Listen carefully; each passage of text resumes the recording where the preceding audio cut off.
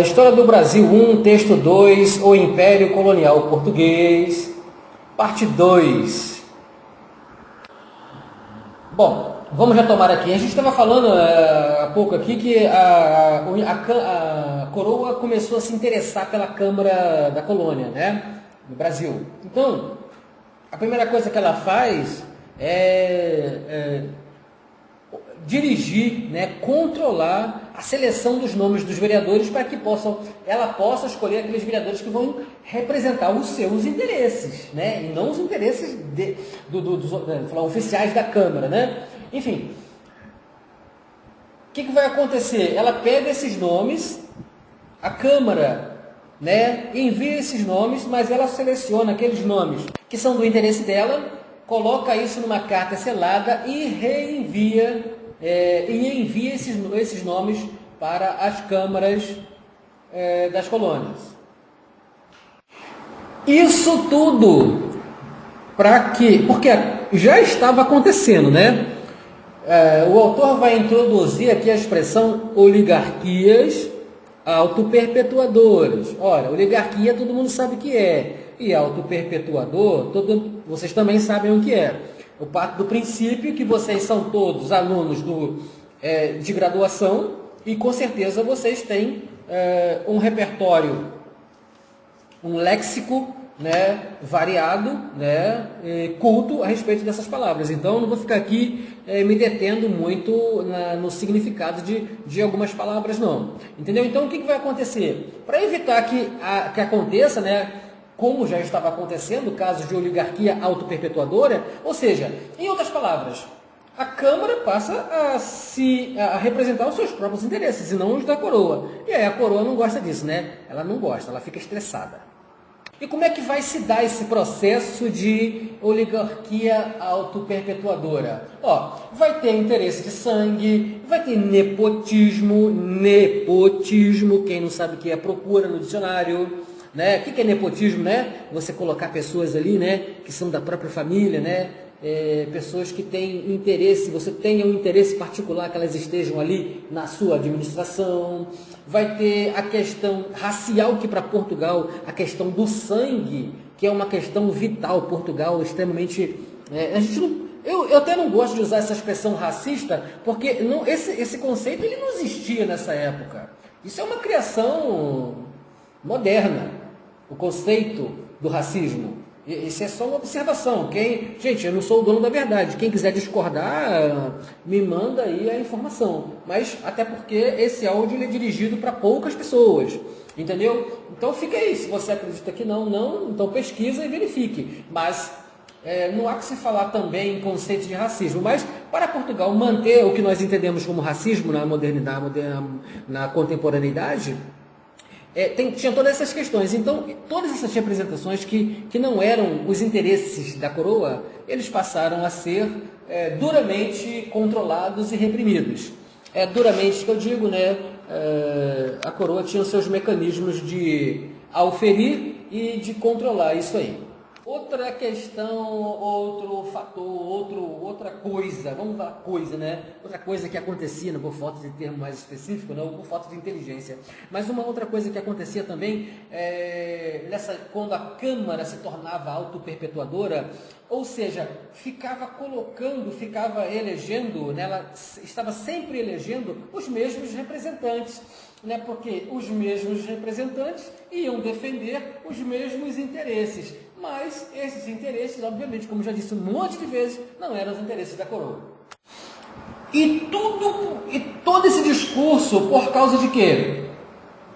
Porque em 1504, e eu não falei isso mais cedo, eu deveria ter falado, mas o texto fala, viu? Eu engoli barriga aqui. Mas na verdade, em 1504, a coroa estabeleceu um regimento para as câmaras. Então, é claro que não vai, a tia Maricléia, ela não vai cobrar na prova assim, em que ano, que nem eu fiz lá no questionário, em que ano foi criado o regimento, não sei das quantas. Não, ela não vai fazer isso, mas basta você saber que em 1504, esse regimento ele já existia. E a Câmara tinha que proceder conforme esse regimento. E o que estava acontecendo, ela não estava procedendo. E o que aconteceu? Qual foi a reação da coroa? Ela passou a se inteirar e dominar nessa questão. Ou seja, o interesse é da coroa, né? Aí entra um detalhe importante. Aqueles juízes do povo, lembra? Os 12, os 4, os 1. Aquele 1 que era, né? Aí vem, em Minas Gerais, no interior, tem uma expressão, aquele 1.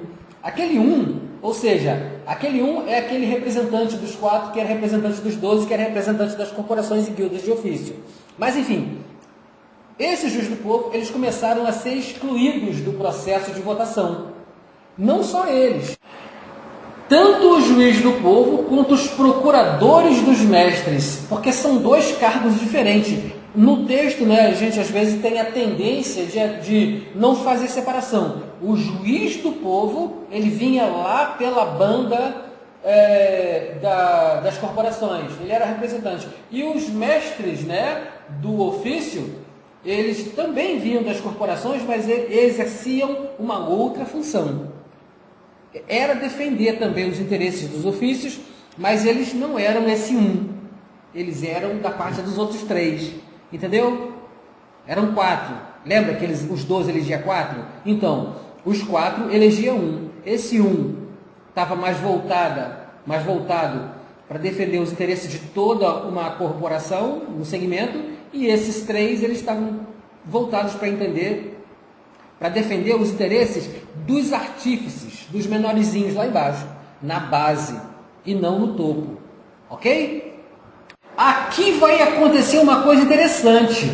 Como esse 1 representava toda uma oligarquia, porque, você veja, todos os segmentos de classes sociais, eles formam uma espécie de oligarquia. E esses mestres do povo, eles representavam os trabalhadores especificamente, das classes mais baixas. Quando a coroa toma para si o controle e exclui esses 2, o que vai acontecer? A oligarquia dos latifundiários vai aparecer. É como se for, quer ver? Veja bem, é como se fosse uma revelação. Vai aparecer a figura, né? Porque essas duas figuras que estavam até então trabalhando e produzindo e se autogerindo, né? E tocando, vamos dizer, tocando o negócio Brasil, essas pessoas vão ficar, primeiro que é o seguinte, elas representavam uma classe inferior, não a classe dominante. E elas começaram, obviamente, a ganhar poder. E ganhando poder, elas começaram a fazer uma espécie de autoperpetuação. Ou seja, é o que o autor chama de oligarquia autoperpetuadora. O que a coroa viu? Opa, esse trem aí vai dar ruim. Na nossa linguagem contemporânea, né? Esse trem vai dar ruim. O que nós vamos ter que fazer? Vamos acabar com isso aí. Arrancou esses 2 indivíduos, essas 2 figuras, né? Esses 2 cargos, porque ela era detentora, a Câmara pertence à coroa, ela tira esses indivíduos e o que vai acontecer? Os setores sociais menos abastados e os trabalhadores ficaram sem representatividade. Aí a coisa começa a pegar. Bom, foi um chacoalhão que teve na Câmara, né, na segunda metade do século XVI. Até o número de reuniões ele começou assim, oscilou. Eram muitas reuniões, ia até 7, né, de 4 a 7, e passou a ter 1, 2, entendeu? Então, até na frequência houve um chacoalhão. Aqui o autor, ele pula de 1000, olha só para vocês precisam prestar atenção nisso. O autor, ele pula de 1000 do século XVI e pula lá para o século XVIII. Eu nem vou entrar nesse detalhe não, mas é questão da pureza do sangue. Ele fala que em 1773, um oficial da Câmara declara, né, que com relação a a pureza do sangue, declara algumas pessoas dignas de ocuparem um cargo público, quando na verdade, pelo regimento de 1504, elas não eram. Mas é só um parêntese, só para não deixar de constar, para falar assim, você pulou esse parágrafo. Não, não pulei não. É só uma observação. Mas ela está bem fora de contexto. Certo? Ele até entra no detalhe de que um dos vereadores, um dos oficiais da Câmara, tinha sangue tanto judeu quanto negro. Isso aí era para esse que ele era o vereador, o presidente da Câmara, para ele era uma coisa normal, mas não era do interesse da coroa, com certeza. E o que vai acontecer? Quando os oficiais da Câmara começam de 1560 para frente, eles começam a ver a movimentação da coroa. Eles também passam a relaxar. E o que acontece? A Câmara passa a não enviar a lista de nomes para Lisboa. Por quê? Eles enviam para Lisboa. Lisboa seleciona aqueles que ela quer. Então, para que nós vamos enviar? E aí começa um relaxamento total. Nem a própria figura do juiz de fora vai fazer com que as câmaras, com que os oficiais da Câmara tenham uma atitude diferente em relação à coroa. Mas a verdade é que a Câmara, ela deu a gente pode entender que ela deu uma velada, uma rompida velada com a coroa, mas cobrar os impostos e continuar exercendo o poder, ela continuou, viu? Só para constar, a partir de 1572, as câmaras eram representadas por um fidalgo. Fidalgo, vocês sabem, é filho de algo, ou seja, filho de alguém. Alguém, para ser alguém em Portugal nessa época, tinha que ser homem bom, tinha que ser ricão, poderoso, abastado. E entre outras coisas que já foram ditas na parte 1 desses comentários. Gente, é desnecessário falar de que nas colônias, para se instituir uma Câmara, era necessária a autorização da coroa, Pelo amor de Deus, Mas o autor fala isso, então não posso deixar de registrar. Na verdade, de comentar. Eu só estou falando isso porque é o seguinte, que as câmaras, as câmaras que eram implementadas nas colônias, elas tinham as características, algumas tinham características de Lisboa, por exemplo, Rio de Janeiro, Luanda tinham a característica de Lisboa, e outras não, entendeu? Algumas tinham características das câmaras do Porto, ou seja, alguns ritos, civis, políticos, processuais e jurídicos que eram inerentes a algumas atividades. Por exemplo, Lisboa era a cidade que mais tinha artesão e artífice, entendeu? Então, ela tinha uma representatividade de artesão bem maior do que em outras. E os interesses que ocorriam nas colônias, como foi dito, lembra que eu falei para vocês que as câmaras elas evoluíram de formas diferentes nas diferentes colônias do império da expansão portuguesa marítima?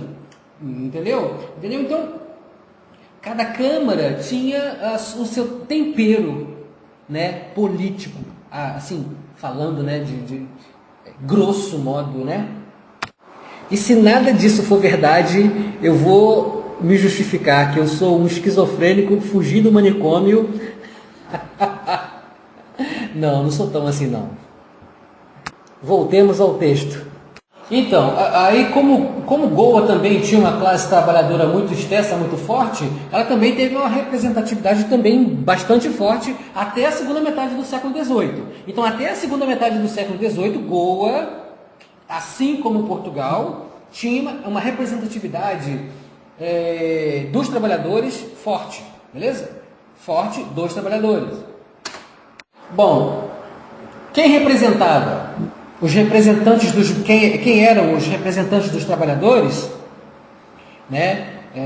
eles tinham o direito de voto. Bom, nós estamos falando de Goa. Vamos retornar aqui para a gente pegar o pensamento do começo. Goa tinha uma representatividade trabalhadora muito forte. A representação da classe trabalhadora em Goa era forte, igualmente forte, até a segunda metade do século XVIII, como consta no livro. E o procurador dos mestres tinha direito de voto.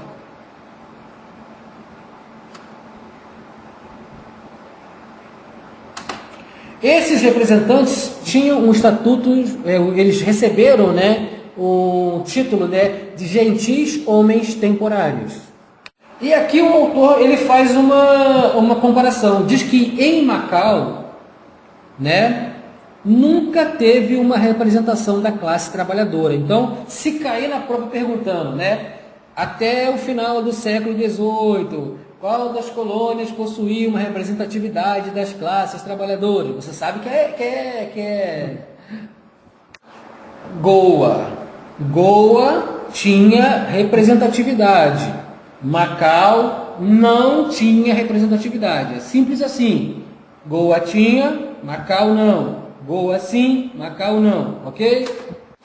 Só para completar uma informação acerca de Macau, Macau ela não seguia o rito de Lisboa. Macau seguia o rito de Évora, da cidade de Évora, ok? Já aqui no Brasil, a Bahia, até 1713, teve essa representatividade. Os trabalhadores tiveram essa representatividade, ok? Gente, ele faz um comentário aqui. Gente, é claro, a representatividade ela variava de acordo com os interesses, com as relações que se davam nas colônias. Isso já foi falado. Ele está falando a mesma coisa de outras formas. O que acontece, gente? Olha, no começo do texto ele fala, eu vou voltar de novo a falar para vocês poderem entender. As coisas aconteciam à medida que elas iam acontecendo. Redundante, mas é fato, né? Elas iam se ajustando à medida que acontecia. Entendeu? Então, os interesses de uma colônia eram diferentes da outra. Não, claro, é óbvio. Nós vamos ver o processo de transformação da colônia, né, num comércio de açúcar, e nós vamos ver outras colônias em que o processo, a produção da riqueza, não vai ser o açúcar. Certo? Mas isso aí... Vamos nos ater ao que o autor está falando aqui em O Império Colonial Português. História do Brasil 1, texto 2. E é claro que a coroa, por mais poderosa que fosse, frente a algumas câmaras, ela também só podia fazer o que era possível. Ela só podia fazer aquilo que ela podia fazer. Ela não fazia tudo aquilo que ela queria, tudo que ela intentava fazer. Certo? O autor ele vai e vem em datas, a gente tem que ficar muito esperto com essa relação de datas, porque isso acaba confundindo, né? Ele fala, logo aqui nesse segundo parágrafo aqui, ele vai entrar aqui na questão da invasão holandesa, e ele já está falando aqui em 1641, mas a gente tem que prestar muita atenção que de vez em quando ele volta lá no século XVI, beleza? Aqui em 1641, ele está falando especificamente do século XVII, 1641, e ele está falando que nesse momento a presidência da Câmara era exercida alternadamente. Eu não liguei o player, por isso eu vou repetir tudo.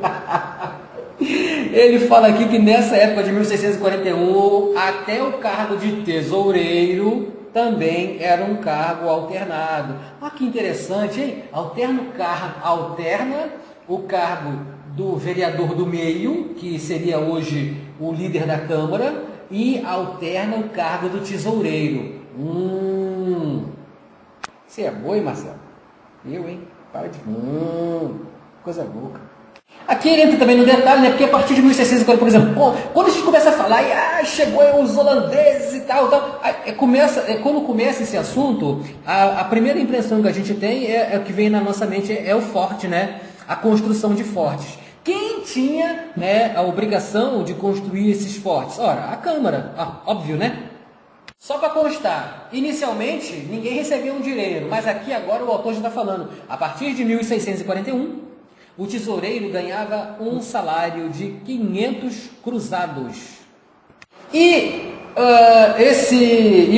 os outros vereadores, eles recebiam 50 cruzados para comprar um bom fato, ou seja, um bom terno. Em Portugal, português de Portugal, fato é terno, né? Aqui no Brasil, fato é víscera, mas lá, fato é terno. Terno, de usar, de vestir, é uma roupa, ok? Para que esse fato? Para ele usar no Natal, na Páscoa ou na festa do corpo de Deus. Olha aí a sombra tenebrosa da igreja se aproximando aí. Brincadeira. Aqui, a partir de 1641, o procurador e o secretário também passam a receber um salário de 500 cruzados.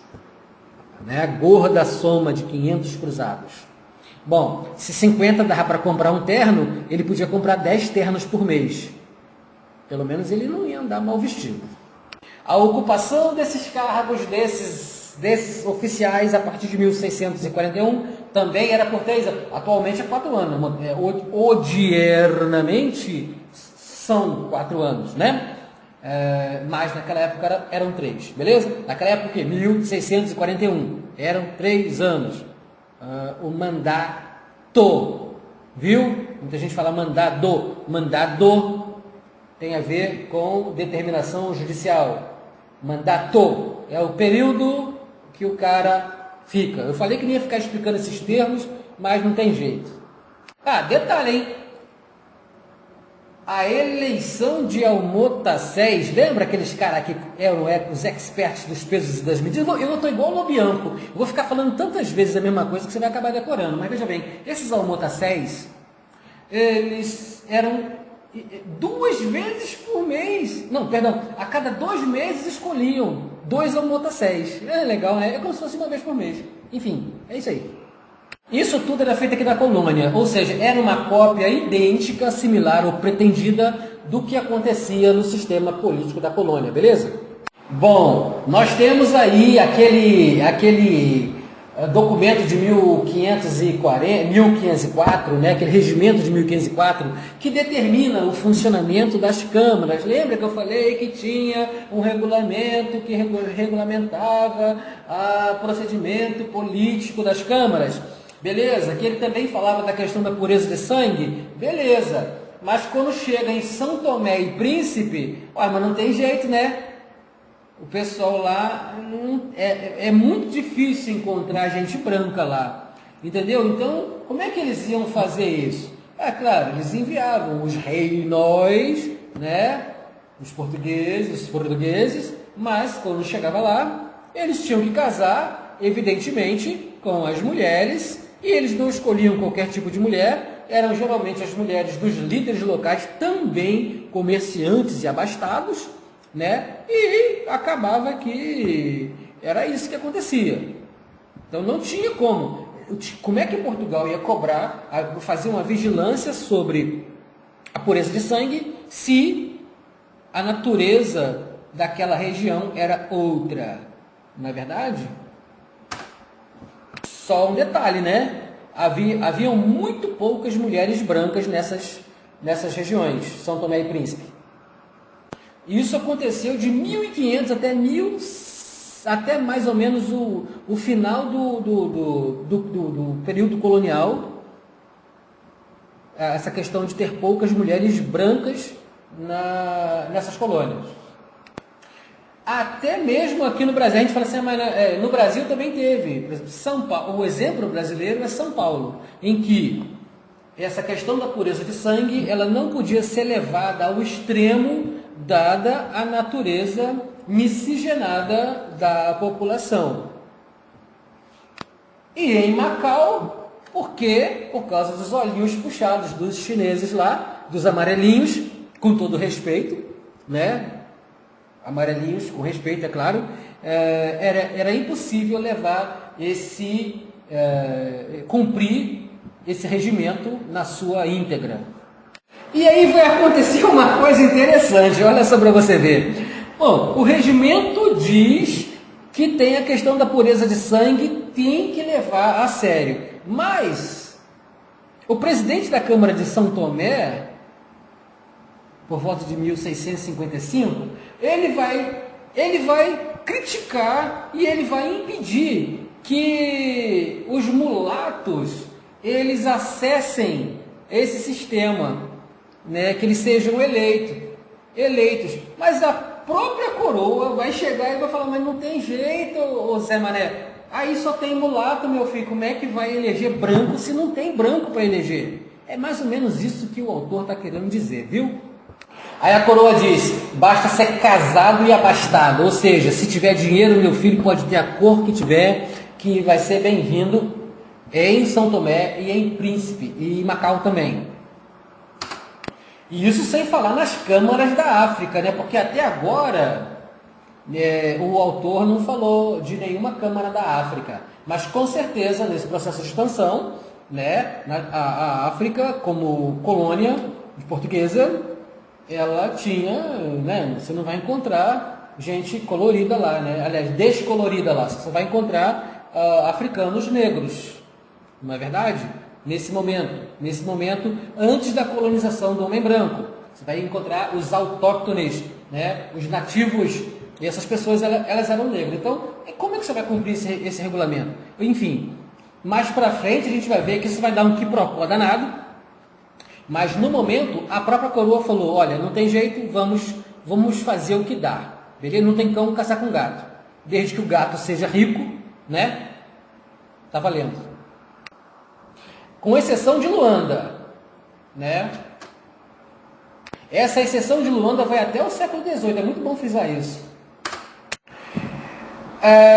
Por que essa questão do branco, né, na África? Por exemplo, os brancos eles não ficavam muito tempo na África, não. Eles faziam o que tinham que fazer, quando resolviam suas questões, ou enriqueciam, eles capinava de lá. É claro, iam outros brancos, mas a tendência da África era africanizar, ou seja, a tendência era africanizar o branco e não europeizar o negro. Essa foi a tendência, ok? Aí o autor ele aponta a seta aqui para o Brasil, colônia. Bahia e Rio de Janeiro recebiam uma infusão, né? Eu estou usando essa expressão como licença poética, uma infusão de português na sociedade, né? Especificamente, né, no Rio de Janeiro e na região do Recôncavo, que nós vamos estudar mais à frente, ok?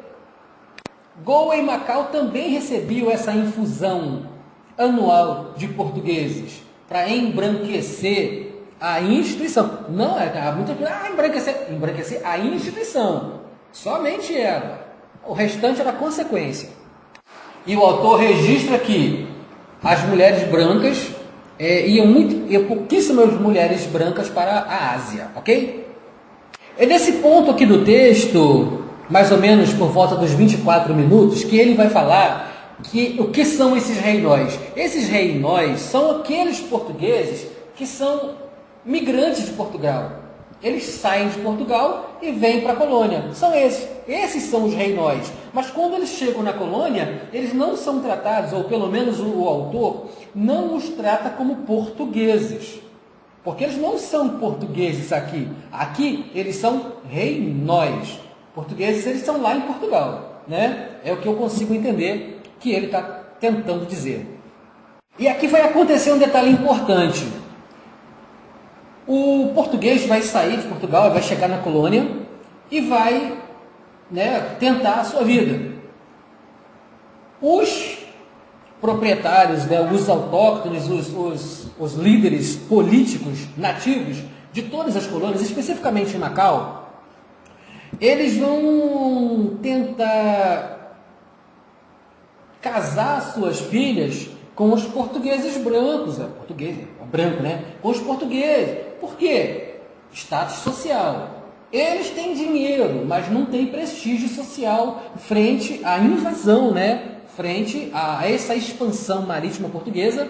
Então eles casam as suas filhas, que são também ricas e abastadas. E inclusive eles preferem casar a filha deles, que é rica, até com português pobre, desde que seja um homem bom, um trabalhador, direito, né, bonitinho, todas aquelas coisinhas, exceto ter dinheiro. Para quê? Olha só para você ver a jogada.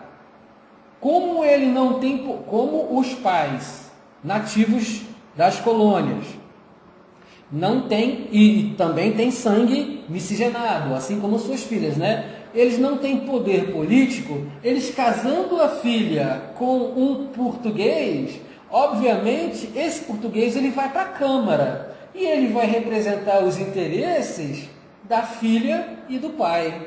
Não é da filha e da mãe não, entendeu? Vocês entenderam? É muito interessante isso. Uma jogada, né? Aí, daí que surge, né? Ó, pra você ver como é que nós estamos descobrindo as origens de muitas expressões, as origens, né?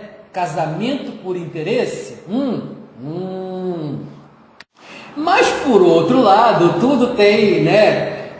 O disco tem um lado A e um lado B, né? Por outro lado, no fundo, o que está acontecendo? A manutenção da elite portuguesa branca no domínio da instituição. E é óbvio que vai chegar um momento em todas essas colônias que esses interesses dos portugueses vão conflitar com os interesses dos pais das mulheres. É um catrivu danado, né? Os portugueses começam, os oficiais da Câmara, né, começam a representar os próprios interesses. Às vezes não é o mesmo da mulher, nem o mesmo do pai dela, e nem tão pouco e muito pouco os interesses da coroa. É muito interesse. E aí, retomando aqui, como o Brasil, o autor diz que a maioria esmagadora, né, desses reinóis aí, eles estavam na região do Recôncavo, ok? Um detalhe interessante que ele traz aqui no livro, que é o seguinte: até 1740, correção, até 1640, os portugueses, mesmo sendo europeus, mesmo sendo colonizadores, né, não só no Brasil, mas em todas as colônias, eles não tinham a mesma titularidade que os nativos, né? Que os indivíduos que eram brasileiros, seriam os Brasis, né? Não os Brasis, os índios, hein? Mas aqueles nascidos aqui, né? Já nascidos no Brasil, mesmo depois de um processo de miscigenação e tudo mais, e eles pedem a coroa para serem reconhecidos juridicamente como brasileiros. Entendeu? Na questão daquela, da dupla nacionalidade, isso já naquela época, em 1640, eles já começavam a questionar e a exigir de Portugal: ora, nós somos portugueses, nós somos colonizadores, nós somos os poderosos, somos brancos, somos bons, somos ricos, e esse povo tem mais direitos políticos do que nós? Não, nós queremos também. E a coroa acaba concedendo. Gente, esse comentário aqui eu falei 1640, mas é a partir de 1650, 1653, mais ou menos, começa essa briga pelo direito de ser brasileiro, certo? Outro detalhe que o autor vem falando aqui, que esses portugueses, eles eram casados com as raparigas brasileiras. Gente, em Portugal, rapariga quer dizer outra coisa, viu? É a moça decente, honesta, rezadeira, né? Mulher honesta, né? Mulher virtuosa. Não tem nada a ver com a rapariga que se fala hoje em dia, não, tá bom? Só para vocês, pelo amor de Deus, hein? Então, a coroa vai publicar em 1709, 1711, 1746, colocados nas listas de voto. Os portugueses deveriam ser inteligentes, opulentes e de bom costume. Ah, que bacana! Para poder entrar nas listas. Eu falei 1709 mesmo. 1709, 1711, 1746. A coroa vai determinar, ela vai deliberar que os portugueses vindos, né, chegados aqui no Brasil colônia, eles tivessem os mesmos direitos políticos que os nascidos aqui no Brasil. Entendeu? Porque é o seguinte, são dois, olha, é um assunto, o que o autor está falando aqui? A gente precisa entender o seguinte: o que ele está falando? Ele está falando que é o seguinte: num primeiro momento, Portugal chegou aqui e estabeleceu, né, quando Portugal estabelece, implementa a instituição da Câmara, o Senado da Câmara, ele faz isso com portugueses vindos de Portugal. Olha, são colonizadores. Só que esses colonizadores, nós aqui, num primeiro momento, nós estamos falando de 1550.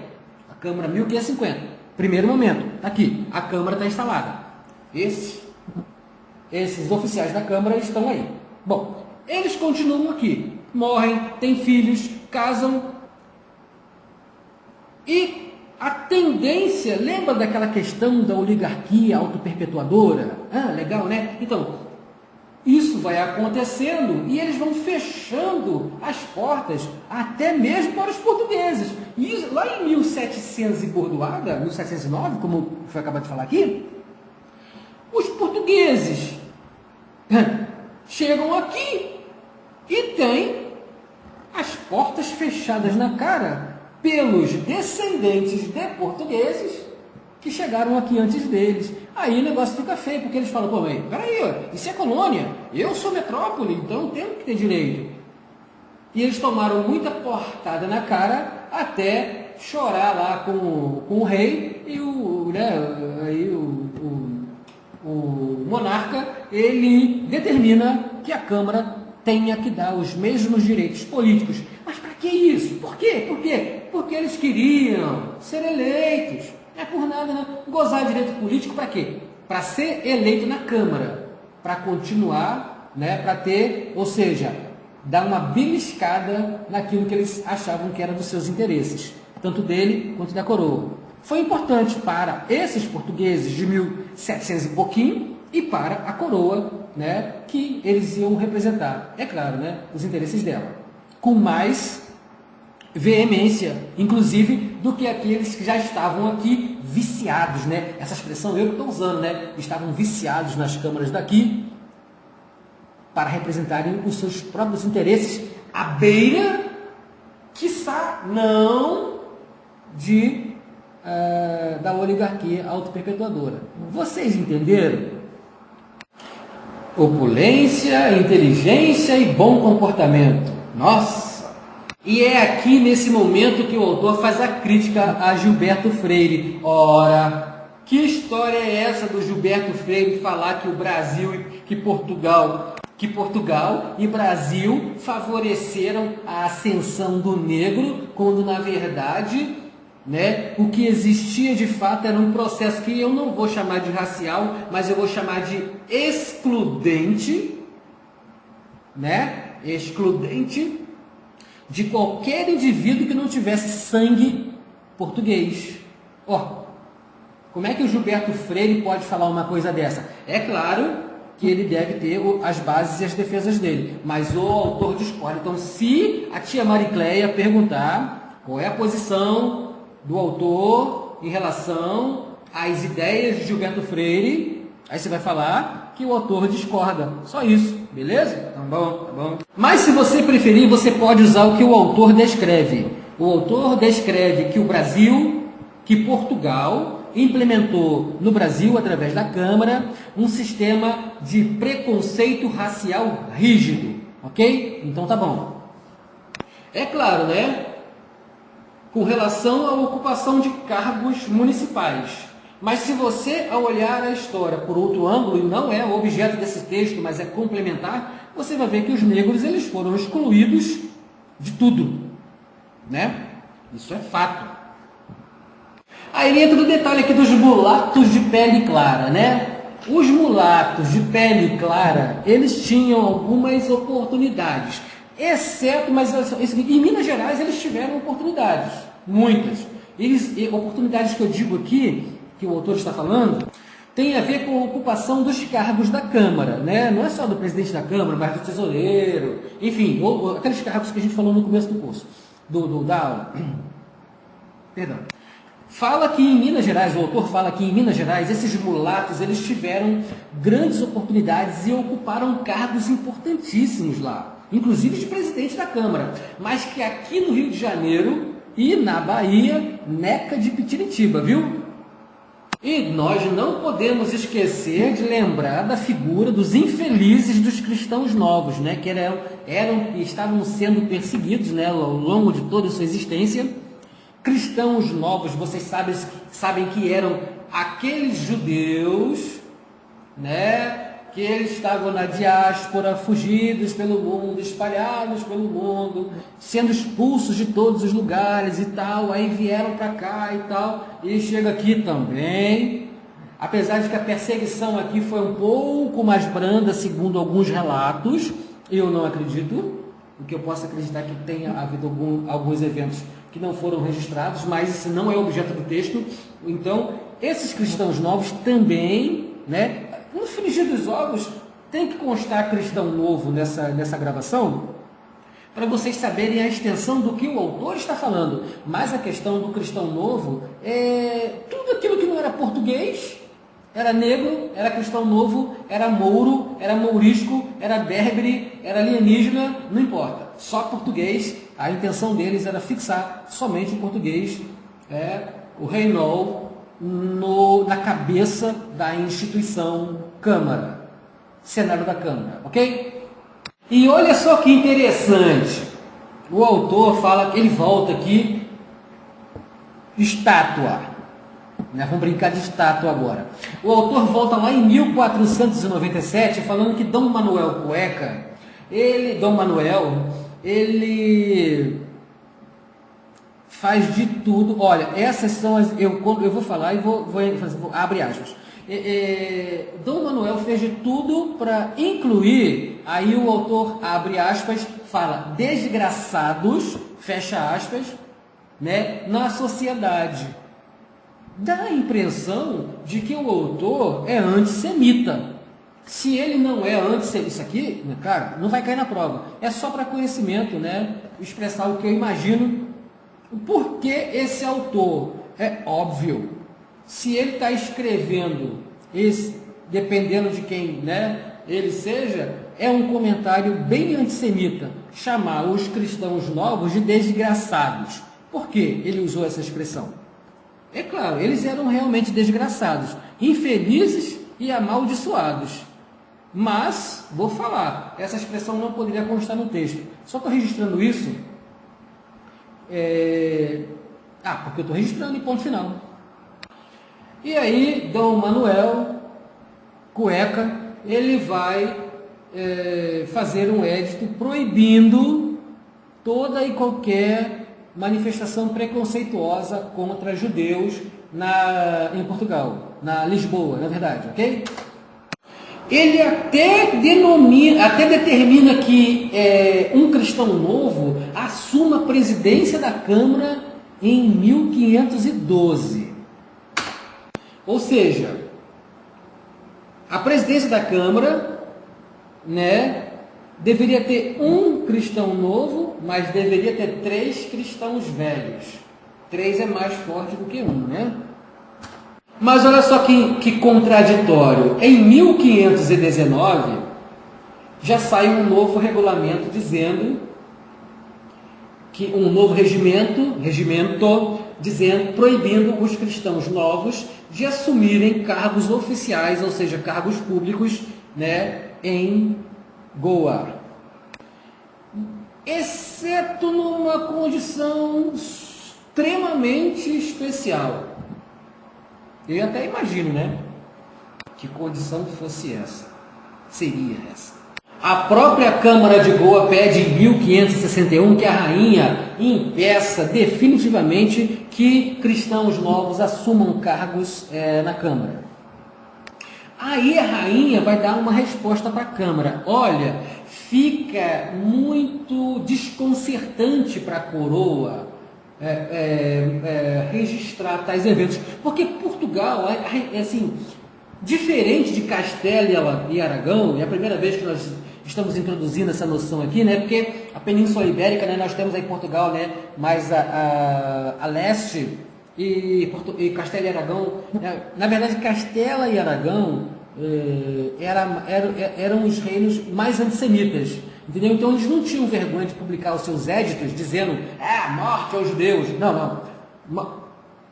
Mas Portugal ficava assim, tal. Então a rainha fala em 1561, ela vai falar o seguinte: olha, se vocês tiverem que fazer alguma coisa, façam por baixo dos panos. Não façam. O autor usa a expressão conluio, né? Vocês ajam de conluio aí por baixo do tapete que ninguém fica sabendo. Mas eu não vou redigir nenhum documento dizendo para impedir os cristãos novos de assumirem cargos públicos. Mas ficou a deixa, né? Ficou a deixa. E quem era o nome dessa rainha? Ah, Dona Catarina. Interessante que a Dona Catarina usa a expressão: vocês precisam de usar mecanismos para impedir que, abre aspas, indivíduos tão indesejáveis, fecha aspas, palavra dela, né, acessem os cargos públicos. Lembra das guildas e das corporações de ofício? Elas elegiam os seus representantes, lembra? Os 12, depois os 4, para chegar lá naquele um, lembra da expressão, aquele um que eu falei? Então, até 1000. Recapitulando aqui, ó, então até 1572, aquela guilda, né, era uma espécie de corporação, lembra?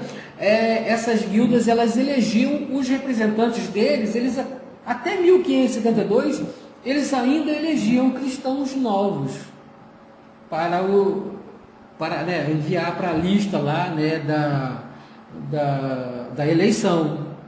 Mas a partir de 1572, tia Marie Claire não vai cobrar data, né? Mas basta a gente saber que a partir de um determinado momento, que é 1572, viu, né, para guardar data, viu?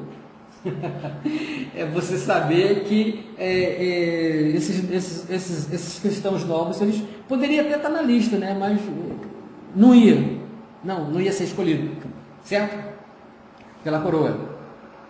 E além disso, para essa lista chegar, só um detalhe bem pequenininho, para essa lista de vereadores chegarem lá em Portugal, na mão da Dona Catarina, né, da coroa, essa lista tinha que passar pelas mãos do vice-rei. Quando vinha de Portugal para o Brasil, ou para as colônias, né, espalhadas pelo globo, a lista da coroa, olha o fluxo, hein? Prestem bem atenção nesse fluxo. Da coroa para as colônias, a carta ia lacrada. Da colônia para a coroa, a lista era aberta. Então todo mundo sabia quem eram os nomes. Viste? Bom, tenho que fazer uma inserção aqui. Em 1580, a dinastia dos Habsburgos entra em cena, né, na linha cronológica mundial, e é importante a gente fixar aqui essa data, 1580, a ascensão dos Habsburgos ao trono, a coroa. Certo? E aí a chapa começa a ficar quente. Em linguagem moderna, contemporânea, a chapa começa a ficar quente para os cristãos novos. Porque, como eu acabei de dizer alguns minutos atrás, eles eram extremamente antissemitas. E aí a gente tem que lembrar que a Inquisição na Europa, nesse momento, é claro que nós vamos tratar do processo inquisitório em outro texto aí, na verdade em outros textos, né? Um deles aí, a vida privada em Portugal, mas o processo inquisitório na Espanha que estava sendo renovado, porque o processo inquisitório não é uma coisa de 1580 não, tá? É uma coisa bem mais antiga.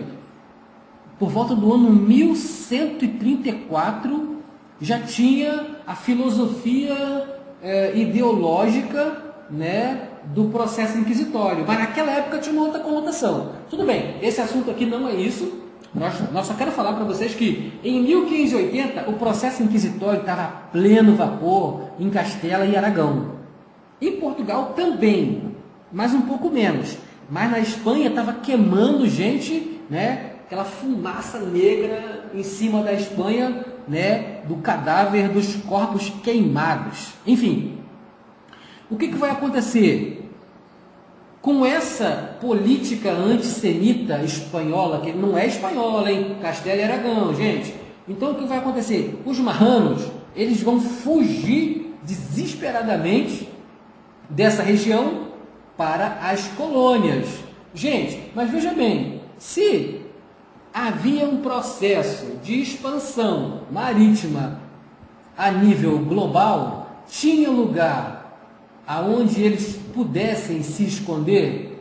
É óbvio que não, mas ainda tinha um privilégio, assim, uma vantagem, né, de que longe da metrópole ou longe das metrópoles, né, a vida seria um pouco menos cruel. Mesmo assim, porque não num termo de corrupção, mas num termo de distanciamento, né? É aquela história, né? É o olho do fazendeiro que engorda o boi. Não é o capim que o boi come, é o olho do fazendeiro. Então, se você está longe daquilo que você está vigiando, obviamente, se você quer, tem outro ditado, né? Se você quer fazer uma coisa bem feita, você deve fazer. Então, longe da metrópole, simplificando, longe da metrópole, eles tinham uma chance de sobrevivência um pouco maior, mais longeva, entendeu? A própria Câmara, as próprias câmaras de todos os lugares, de todas as colônias, elas próprias não queriam cristãos novos no controle, no acesso, vamos dizer assim, não no controle, mas nem sequer ao acesso. Por quê? Porque é uma questão de poder, né? E quando você coloca um cristão novo dentro de uma instituição, você está dando para esse indivíduo uma parcela do poder da coroa, do imperialismo. Essa questão do imperialismo também o próprio, não há que se falar em imperialismo no processo de expansão marítima, outros autores vão falar isso, tá bom? Porque nem Portugal se via como um império, apesar de que, né, a expansão marítima foi tratada como império, mas essa é uma outra discussão, mas enfim, é isso aí. E a queixa era sempre o seguinte, que os cristãos novos estavam tentando se infiltrar no sistema político, ou seja, na Câmara. Bom, então a Câmara de Goa solicita a Filipe II, que vai dar origem aí às leis filipinas, né, que muita gente, ele faz uma associação de leis em diversas áreas do campo da política, mas uma dessas leis, a Câmara de Goa pede, olha o seguinte, nós queremos que você determine a fiscalização mais rígida das políticas antissemitas. É o que está no texto. Bom, aqui ele vai entrar, então, nesse assunto ainda é o seguinte, o autor ele vai lá em Goa, depois ele volta aqui no Brasil. Então, voltando aqui para o Brasil, aí ele vai trazer a questão nesse mesmo tema do antissemitismo, ele vai trazer a informação de que os padres jesuítas, aí é o seguinte, ele usa a expressão praticamente como padres de mau caráter, que ele vai dizer, né, os padres vão dizer que os paulistas estavam completamente atolados em sangue judeu. E a opinião do autor, isso é importante, a gente tem que prestar muita atenção quando o cara dá a opinião dele. A opinião do autor é que isso foi um exagero da parte dos jesuítas, certo? O autor ele não é muito cronológico, sequencial não, né? Mas ele fala que a partir de 1600, né? Nós já estamos lá em 1700, agora já voltamos para 1633. Ele fala que a partir de 1633 começa a haver um controle muito rígido sobre a questão semita no Brasil, ok? Mas isso também não impede, porque o Brasil é Brasil, desde que o Brasil é Brasil, o Brasil é Brasil. Veja bem, que papo mais maluco, veja bem. Isso não impediu que alguns marranos eles ocupassem cargos. Com toda essa pressão, com toda essa perseguição, com todo o antissemitismo, os marranos ainda ocuparam cargo aqui ou ali ou lá, aqui no Brasil. Bom, aqui ele vai adiantando o texto, ele vai fazer um comentário aqui sobre o desperdício das câmaras e tal. Gente, chegou um momento, a partir de 1630, 1640, que as câmaras, como eu disse, o autor ele vai e vem cronologicamente, não dá para traçar uma linha, né, progressiva, mas veja bem, ele fala que, basicamente está falando que a Câmara ela era muito desregrada na questão dos gastos, então a Câmara vai se endividar, ela vai se endividar por quê? Porque ela gastava muito dinheiro com festas, tipo a festa do Corpo de Deus, lembra que a gente falou da festa do Corpo de Deus? Então, a Câmara vai gastar esse dinheiro e ela vai ficar endividada, e quando ela ficar endividada, a coisa vai ficar ruim. E o que vai acontecer? Nossa, qualquer semelhança é mera coincidência. Eles não vão ter dinheiro, eles não vão, aqui o autor fala com fundos insuficientes. Gente, com fundos insuficientes. Melhor falar que está sem fundos. Elas ficavam completamente desprovidas de fundo para cuidar de quê? Manutenção de estradas, né? Da questão do saneamento básico, né? E até mesmo para cumprir com algumas obrigações já assumidas. Por quê? Porque gastavam o dinheiro todo nas festas, né? Nessas festas públicas e instituídas. Eram festas instituídas pela monarquia junto com a igreja. Para a gente ter uma ideia que esses dois sistemas eles já andam junto há muito tempo. E ele é bem claro aqui, ele fala que em 1719 a Câmara de Lisboa, a Câmara de Lisboa, lá da metrópole, ela vai falir completamente por causa desse exagero de gastos. Por que ele está entrando nesse assunto agora? Ele está entrando nesse assunto porque, além desses gastos com essas festas instituídas, as câmaras também tinham que retirar dinheiro da cueca ou da meia, né? Para enviar para a coroa. E aí vai acontecer uma quebradeira geral, certo? Aqui ele vai trazer duas informações interessantes que vão dar origem, que vão justificar essa falência. Então, se cair na prova, se a tia Maricleia perguntar quais são as duas questões, os dois motivos que, porque são três, né? Mas quais são os dois motivos? Além da festa, além do gasto com a festa do Corpo de Deus, quais foram os dois motivos que quebraram as câmaras das colônias mundo afora? Quando Catarina de Bragança vai casar com Carlos II, Portugal tem que dar o dote dela, certo? E aí então Portugal lança, né, uma contribuição para todas as colônias. Olha só para você ver. Por isso que a gente vê nos filmes aí, né, aqueles casamentos, aquelas festas pomposas, né, pomposas. A gente vê aquele luxo, aquela luxúria, aquela riqueza, tal. Tudo isso era bancado pelas colônias. Esse é além da festa, são três, lembra? Além da festa do Corpo do Divino, o casamento de Catarina, né? E com Carlos II, né? Catarina e Carlos II, viu? E a compra da paz na verdade não é com a Inglaterra. Naquela época, né, não há que se falar em Inglaterra, as Províncias Unidas, que a Inglaterra hoje, a Irlanda, né, a Escócia.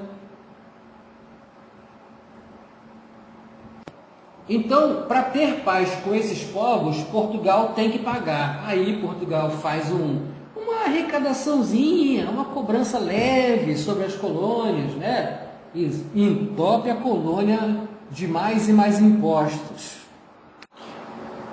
E como é que se chama isso? Aí o interessante é o seguinte: se por acaso perguntar como se chama isso, como isso foi chamado na época, isso foi chamado na época pelos historiadores como o dote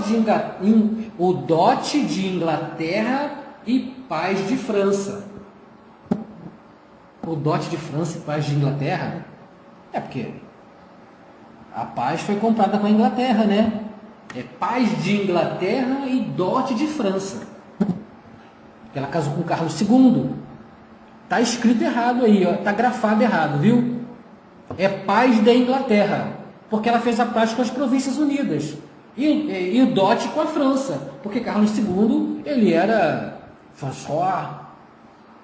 Gente, eu vou fazer uma pausa, certo? E vou arrumar para a terceira parte a partir dos 31 minutos, ok? Então tá bom, vejo vocês daqui a pouco.